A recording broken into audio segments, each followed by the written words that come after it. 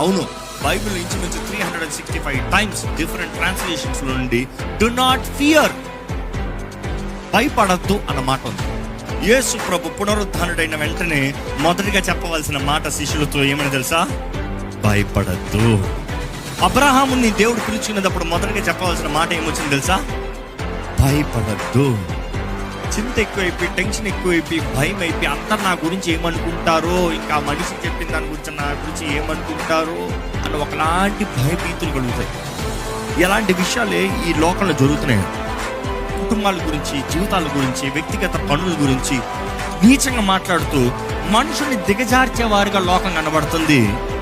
కానీ దేవుని యందు ఉన్న మీరు ఎలా ఉన్నారు?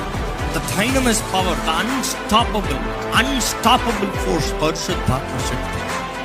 ఆ శక్తి మనలో ఉన్నప్పుడు ఇంకా పిరికి వారిగా జీవితంలో ప్రయోజనం లేదు.